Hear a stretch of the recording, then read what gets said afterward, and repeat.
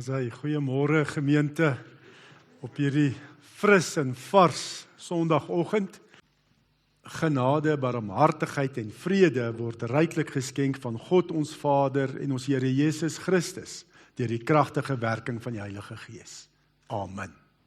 Ons lees 1 Timoteus 3 vanaf vers 14 tot hoofstuk 4 vers 9. 1 Timoteus 3 vanaf vers 14 tot hoofstuk 4 vers 9 en ek lees uit die 1983 vertaling. En ons fokusverse is vir 1 Timoteus 4 vers 1 tot 3. Nou vanaf vers 14, 1 Timoteus 3 vers 14, ek skryf hierdie dinge aan jou, hoewel ek hoop om gou na jou toe te kom. In geval my koms vertraag word, sal jy dus weet hoe iemand hom moet gedra in die huisgesin van God. Dit is die gemeente van die lewende God. Die gemeente is die draer en beskermer van die waarheid. En dit staan bo alle teenspraak dat die geopenbaarde waarheid van ons godsdiens groot is. As mens het Jesus in die wêreld gekom, deur die Gees is bevestig dat die reg aan sy kant is, aan die engele het hy verskyn, aan die heidene nasies hy verkondig, in die hele wêreld is hy geglo, en in heerlikheid is hy opgeneem. En dan hoofstuk 4 vers 1, die Gees sê uitdruklik dat in die eindtyd sommige afvallig sal word van die geloof. Hulle sal misleidende geeste navolg en die leerstellings van duiwels aanhang. Hierdie dwaalleraars is skynheilige leenaars, wie se gewete toegeskroei is. Hulle verbied mense om te trou en om bepaalde soorte kos te eet. Maar God het die voedsel gemaak, so die wat glo en tot kennis van die waarheid gekom het, dit met danksegging kan gebruik. Alles wat God gemaak het, is immers goed. Niks wat met danksegging ontvang word, is verwerplik nie.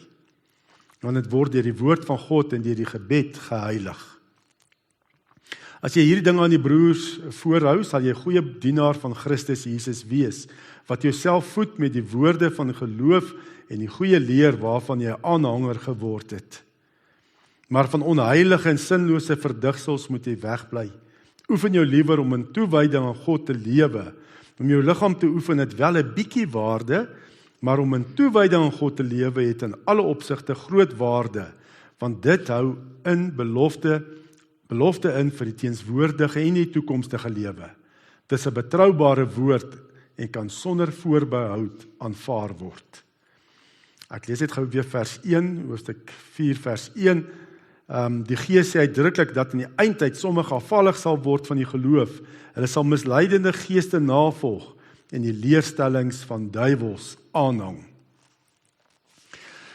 As jy hierdie gedeelte lees, is dit baie duidelik wat Paulus sê, nê? Ons stryd, waar lê ons stryd, is nie, wat hy ook al geskryf het in Efesiërs 6 vers 12, ons stryd is nie teen vlees en bloed nie, maar teen elke mag en gesag, teen elke gees wat heers oor hierdie sondige wêreld, teen elke bose gees in die lig. So ons moet hiervan weet, ons moet van die geestelike stryd bewus wees.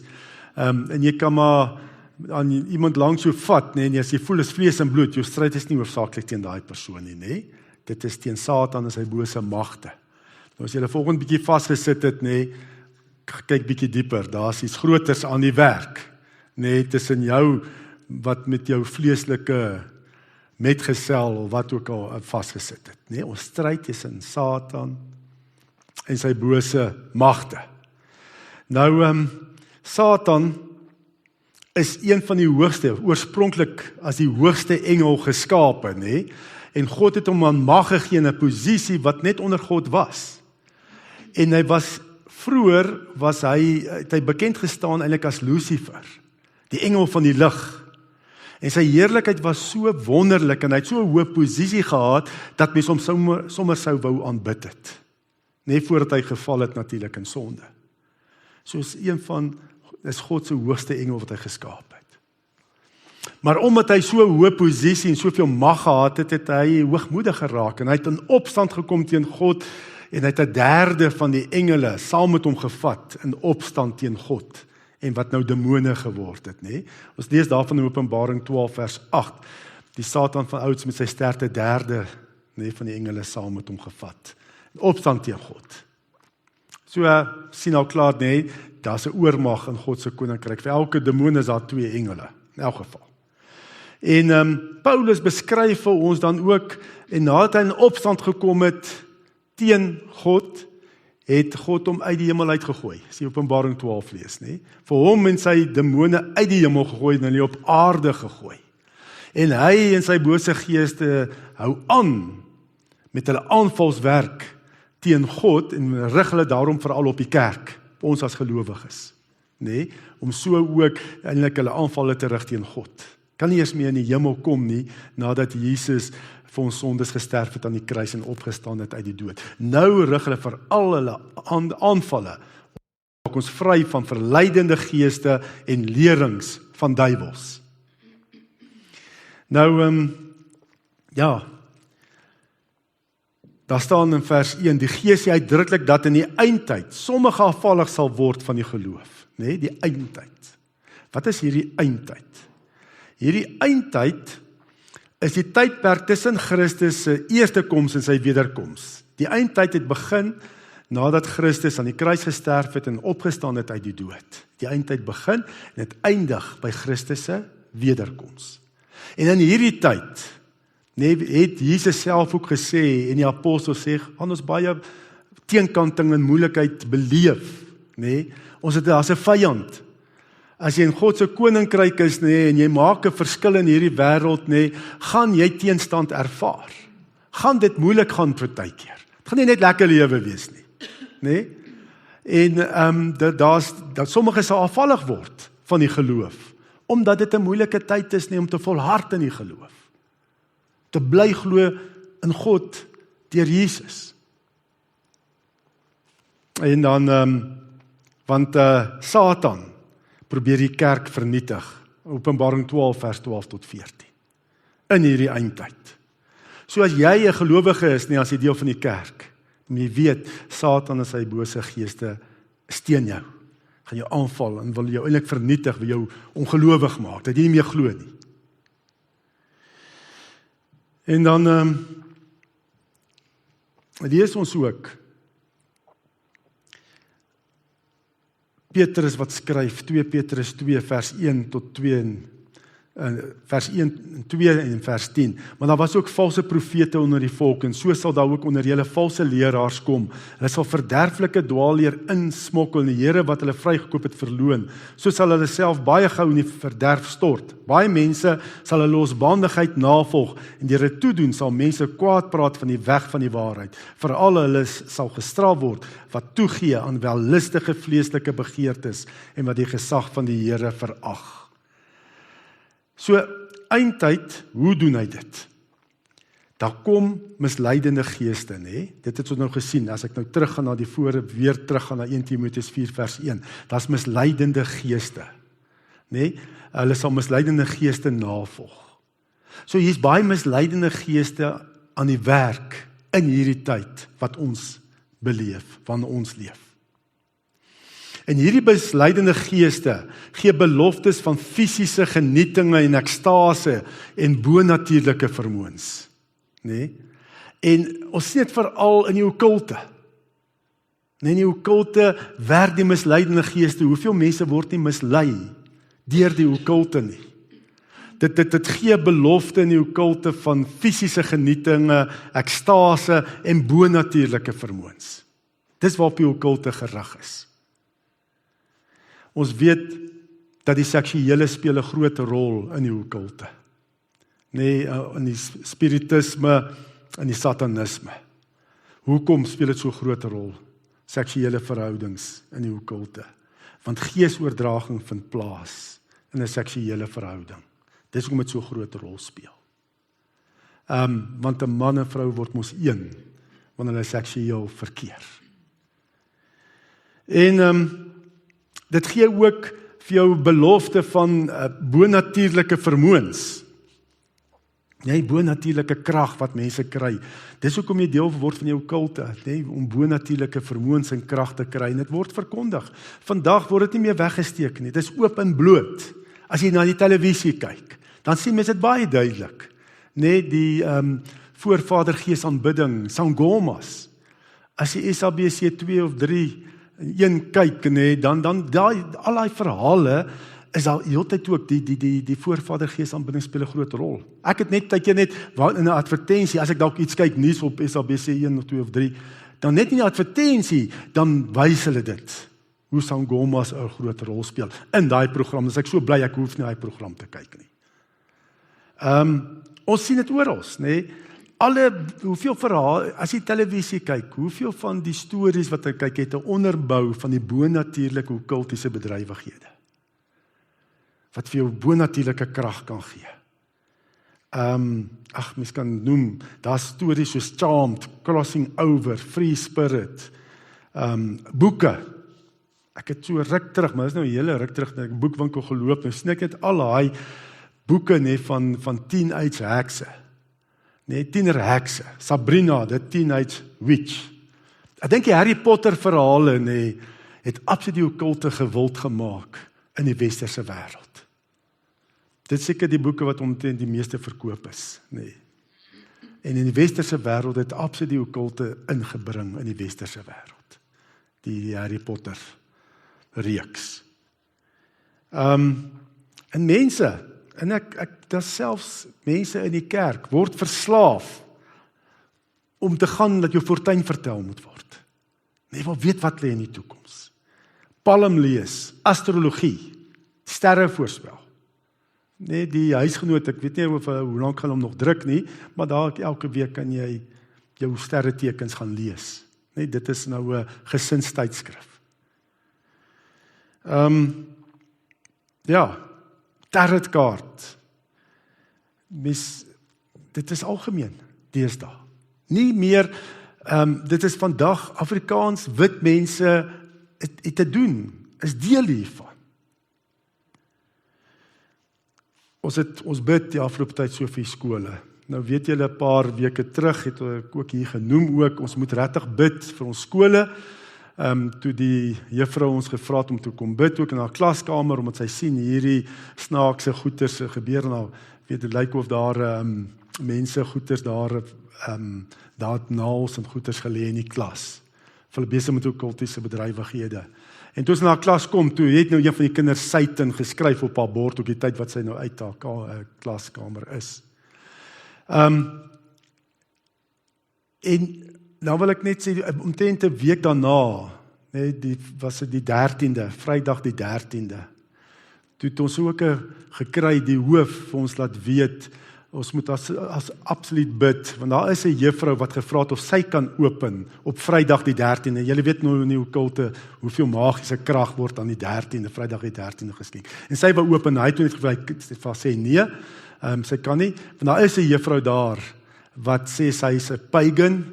Sy is baie geeste, kan bid verskillende geeste, en so en sy wou toe open, en die hoof het gestop, en dan na die opening het sy die tarotkaart begin uithaal, op Vrydag die 13de, en hy moes dit stop. So dit is daar, en eintlik roep die skool, en die skoolhoof wat 'n Christen is, roep uit vir hulp, vra kom help. Nou ons is in 'n proses om te bid, Here, wat moet ons doen? Hoe kan ons die skole help? En ek weet, daar's gebedsgroepe nou vir onderwysers opgerig ook in die skool. Ons is dankbaar daaroor. Maar die goed is oop en bloot deesdae in ons skole, in ons omgewing. Dis oop en bloot. Ons bid ook en ons hoop ook baie van die onderwysers kan die volgende oorwinnaars, die Christen onderwysers dit bywoon. Die oorwinnaars naweek, om hulle te versterk, die Christene, en om 'n eenheid saam te bind. Misleidende geeste, baie mense wat misleidende geeste navolg. En maar ek dink, daar is eintlik nog 'n gevaarliker ding, wapen wat Satan gebruik. En dit is daai leerstellings van duiwels. Nee, dit is nie so duidelik baie keer nie, die leerstellings van duiwels.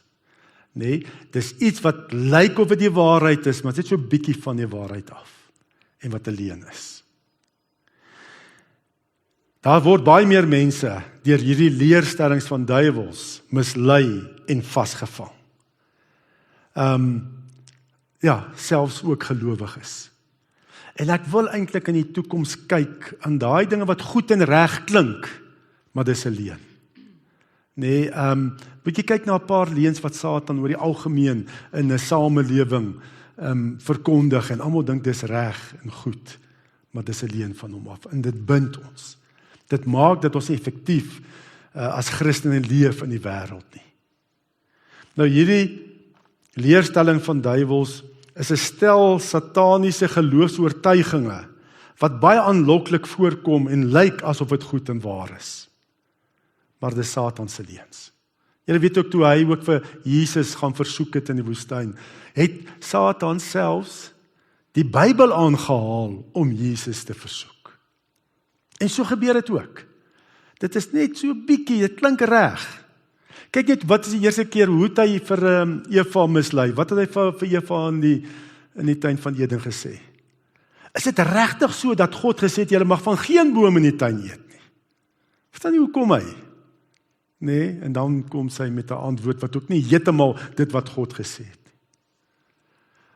Dis daai leerstellings, wat selfs ons as Christene, kerkmense, mislei kan wees en vasgevang kan wees, gebind mee kan wees.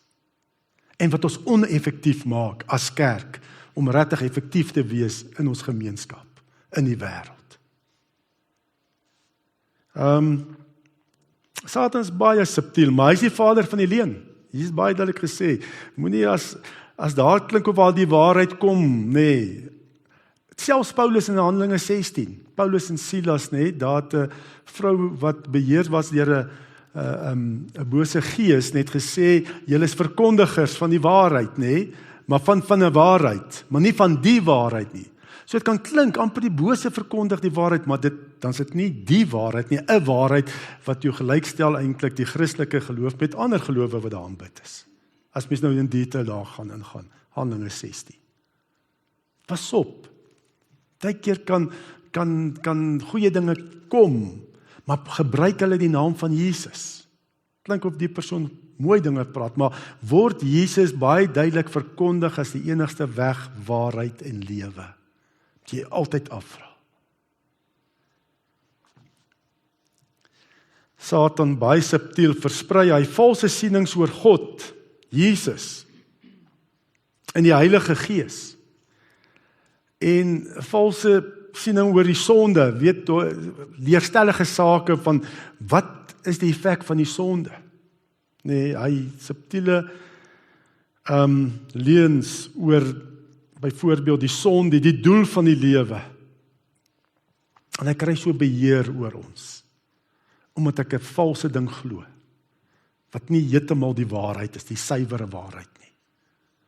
Nee, kan hy beheer kry oor ons. Dan maak jy oneffektief. Baie subtiel. Wat glo ek? Glo ek die waarheid en die waarheid alleen? Ongelowiges natuurlik is absoluut mislei. En alle ongelowiges glo een of ander duiwelse leerstelling as die eerste beginsel van sy of haar se lewe, nê?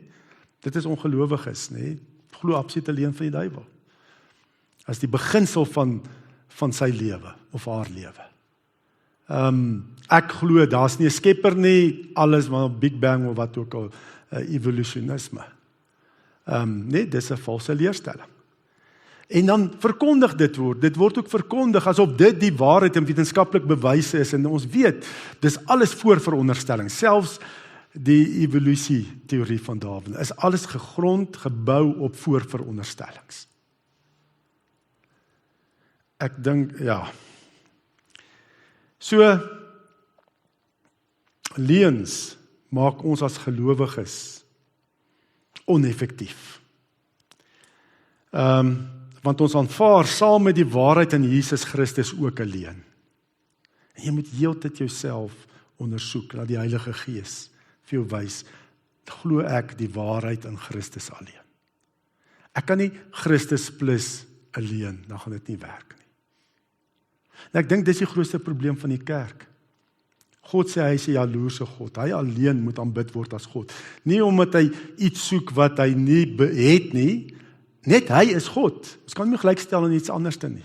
So jy kan nie God en 'n voorvader gees aanbid, as Angoma gaan sien byvoorbeeld nie. En dit gebeur so baie. Ons het nou met die oorwinnaars naweek al gesien, dis nie net in die swart kultuur, nie selfs die wit mense kry ook sangomas om hulle besigheid te kom seën, of hulle huis as daar uit gesteel word, om dit kom seën en sulke dinge. En dan werk jou verhouding met die Here nie. Want jy stel God op dieselfde vlak as 'n voorvader gees. En God gaan dit nie duld nie. Aanbid jy God alleen. Of God en mammon, jou geld, jou besittings, of jou geleerdheid. Ja. So, wat antwoord op hierdie, gaan Paulus en hy antwoord en hy sê, hierdie dwaalleraars is skynheilige leenaars, wie se gewete toegeskroei is. Hulle verbied mense om te trou en om bepaalde soorte kos te eet. Nou wat daar, so hy sê hierso baie duidelik, hulle is, dit is leenaars, hierdie om mense te verbied om seker te trou. Wat hier gebeur het, is dat die mense daai tyd gesien het, net die geestelike is goed en belangrik, maar die liggaamlike is sleg. Jy moet van die liggaamlike probeer ontslaa raak, en net die geestelike is goed en belangrik. Maar ons weet dis nie waar nie, jou liggaam is net so belangrik. God noem ons liggaam 'n tempel van die Heilige Gees. Jesus is met 'n liggaam, 'n menslike liggaam in die hemel. So jou liggaam is vir Here ook kosbaar. Maar die siening daai tyd was gewees, jou liggaam is die slegte, net die gees is die goeie. En jy moet probeer ontslaa raak van die liggaamlike wat jou gees negatief kan beïnvloed. Soos om te trou en jy weet jou wellustige begeertes en al die goeters. Jy moet daarvan ontslaa raak. Jy moet nie trou nie, jy moet eintlik asketiese lewe lei, net op die geestelike fokus. En jy moet sekere kos nie eet nie, dit kan jou sleg beïnvloed en so. Allerhande reëls gebring. Maar dis 'n leuen. En in die 2de eeu het hulle dit verder uitgewerk in die gnostisisme, en daai beweging het die gnosis, kennis, tot 'n posisie bokant jou geloof verhef. En die gnostisisme het gesê, alles wat liggaamlik is sleg en moet vermy word. Dit kan die gees besoedel, en hulle het gesê, daar's eintlik 2 gode, wat daar bestaan. Daar's 'n God van die Ou Testament, dis die Demiurg, 'n laer God, wat die wêreld, wat die fisiese wêreld in jou liggaam geskaap het. Dis die God, dis die slegter God. Dit sê die gnostisisme. Dit is alles wat fisies is sleg, en dis die God van die Ou Testament, wat die fisiese wêreld in jou liggaam geskaap het. Maar God van die Nuwe Testament rig op jou gees, dat jou gees alleen word eintlik gered. Die fisiese moet oorwin word deur dit te vermy. Jou liggaam is eintlik die kerker, die tronksel van jou verhewe siel. Ja, en om dit te sê, net die gees is goed, en die liggaam, die fisies is sleg, is verkeerd, heeltemal verkeerd. God het ons geskape, Adam en Eva oorspronklik, was net een God, God van die Ou Testament en Nuwe Testament is dieselfde God. En God jou geskape het, hy gesê, hy het sy lewensasem, hy het Adam se liggaam gevorm van die grond, en hy het sy lewensasem in hom ingeblaas en 'n lewende siel geword. So God het ons geskape, liggaam, siel en gees. En God het dit goed geskape oorspronklik. Die sondeval het dit kom besoedel. So jy moet nie die liggaam verag nie, jy moet jou liggaam oppas. En daarom sê hy ook hier om ons Paulus, om jou liggaam te oefen het ook waarde, bietjie waar, maar natuurlik, om jou verhouding met God het meer waarde. Nou, ongelukkig ook, net daai om te sê, dit is goed, dit is geestelik en dit is nie geestelik nie, daai tweespalt, is vandag nog in die kerk ook, so tweespalt. Ons dink baie keer in die kerk, ons leef in sulke kompartemente. Die kerk het eintlik net te doen met my geestelike lewe, hoe ek eendag in die hemel kan kom. Dis eintlik al wat die kerk het. Maar van maandag tot saterdag, dan is ek iemand anders, dan is ek in hierdie wêreld. En dan geld ander reëls. die wêreldse reëls. En my verhouding met die Here het nie eintlik effek by my werk, of hoe ek my besigheid bestuur, of wat ook al ek deur die week doen nie. Daai tweespalt, is ek vandag nog, wat die gnostisisme ook maar verkondig het. Die geestelike is goed, die fisiese is sleg. En jy moet eintlik dit skei van mekaar. Jy kan dit nie skei van mekaar nie. Ek kan nie 'n Sondag Christen wees en deur die week sien jy niks nie. Dis nie hoe dit werk nie. En dit is ongelukkig, mens sien dit baie keer, van kerkmense, Sondag, dan op die WhatsApp groepe word daar mooi boodskappe gestuur, deur mense, van mooi boodskappe van die Here en so, maar deur die week, word daar baie keer sulke grove grappe deur dieselfde persoon gestuur, wat Sondag nou so 'n mooi boodskap gestuur het op WhatsApp. Deur die week kan sy hierdie grove grap, of iets onder die belt, of dis net so, en dan wonder jy, hoe kan dit wees? Veral as die manne alleen wegbreek op 'n jagnaweek, daai woorde, skat en wat gepraat word en goeters, dan verander dit. Maar dan sit gelowiges, kerkmense. Ons kan nie so tweespalt hê nie. Ons doen baie keer maar nog dieselfde, vandag ook. My verhouding met die Here bepaal my hele lewe. Nie net Sondag nie, maar pa wat ek is, man wat ek is, ma wat ek is, vrou wat ek is, wat se werk ek doen, alles bepaal my verhouding met die Here, bepaal wat se werker ek is, of wat se baas ek is, of wat dit ook al.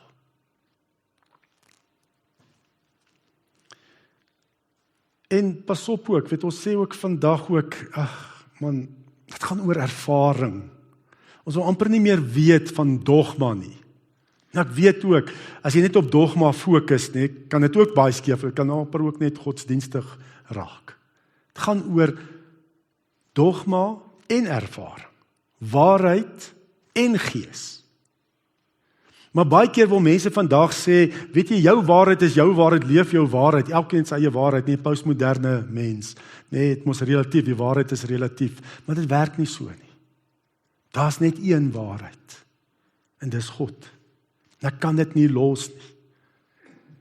As jy dink jy het jou eie waarheid, dan is jy mislei, dan leef jy alleen. Daar's net een waarheid en wat God sê, is die waarheid, en is saamgevat in sy woord. Dis hier, waar ons dit leer. So moenie net fokus op ervaring nie. Dis woord en gees. Ons moet ook weet wat die waarheid, my ervaring moet gebou wees op die woord. Wie het gesê, ek het nou dag het ook een ou dit so baie gesê, hy sê, woord alleen, word alone, you dry up. Spirit alone, you blow up. En dis waar. Dis gees en woord. Jy moet dit by mekaar sit. Ja, as jy net dogma, woord, dan gaan jy geestelik verdroog, gaan jy dood.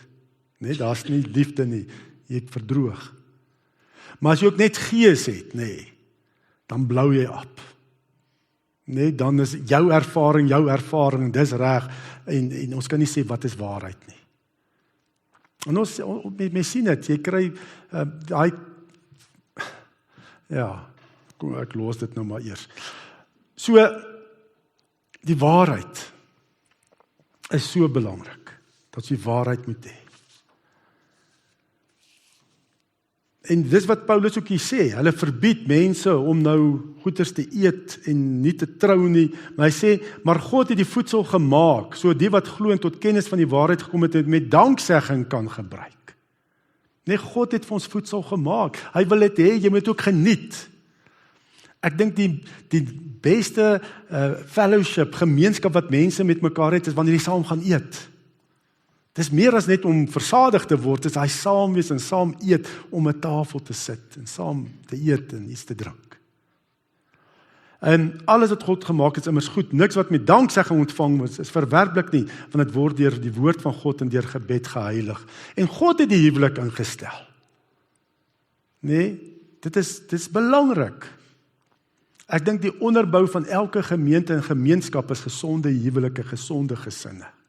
Dit bou 'n gemeenskap, 'n kerk. Gesonde gesinne, en dit begin met 'n gesonde huwelik. Want die beste geskenk wat jy vir jou kind kan gee, is 'n gelukkige huwelik van pa en ma.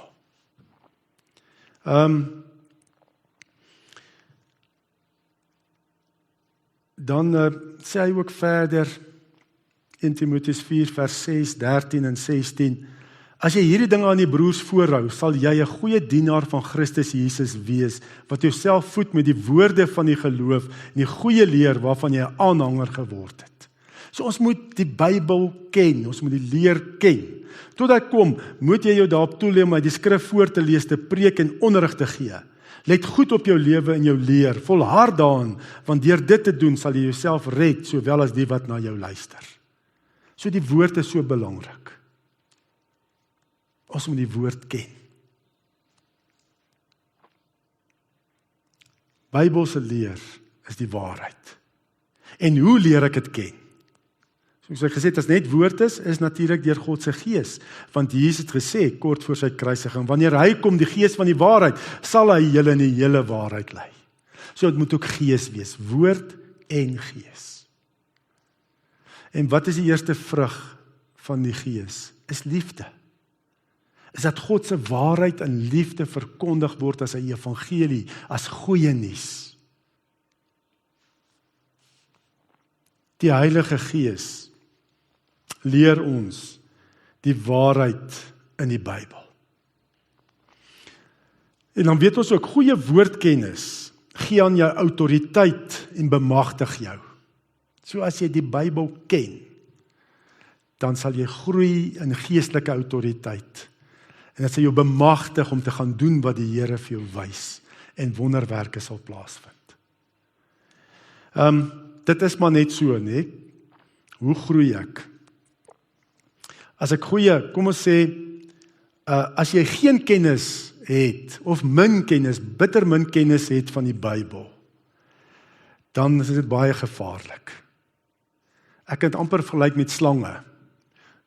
Iemand se kennis van slange. Ons weet hoe gevaarlik dit is. Ek het al sulke stories gelees in boeke, waar babas met slange gespeel het. Jy weet, 'n slang het die huis ingeseil, en die baba het mos nog geen kennis van slange nie, en speel met die slang, en dan staan die slang so, en die baba speel. Nee, dis gevaarlik, as jy so min kennis het van 'n saak, so slange. En ook min kennis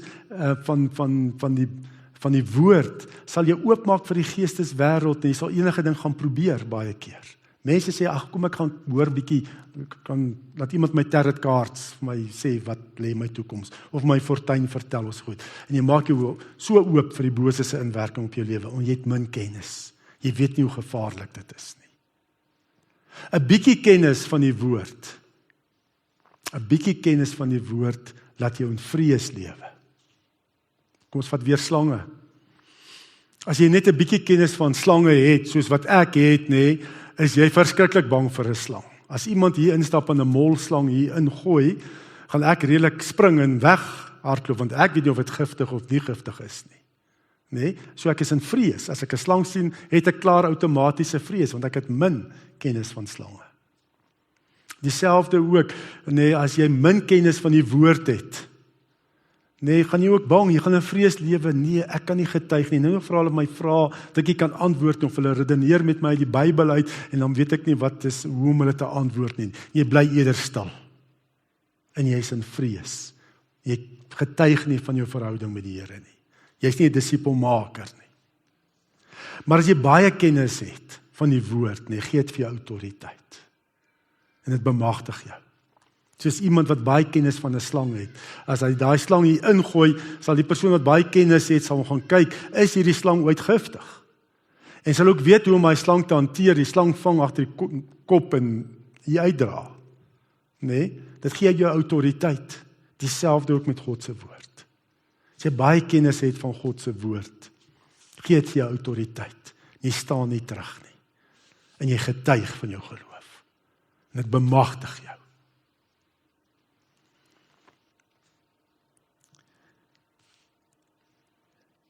Ja, die kennis van die waarheid. Dit is so belangrik. Weet, om 'n verkeerde ding te glo, kan baie keer erger wees as om 'n verkeerde ding te doen. Duiwelse leringe is dodeliker as heksery, want jy's mislei. Ek dink die meeste mense weet, hierdie is uit die bose, uit die duisternis. Die meeste mense. Nee? Die okkulte. So, hierdie wat ons nou gelees het van misleidende geeste, mense weet, hierdie okkultiese ding is duisternis. Maar as jy mislei is, daai leringe, die leerstellings van duiwels, dis baie gevaarliker. Want jy dink, jy's op die regte pad, maar jy's mislei.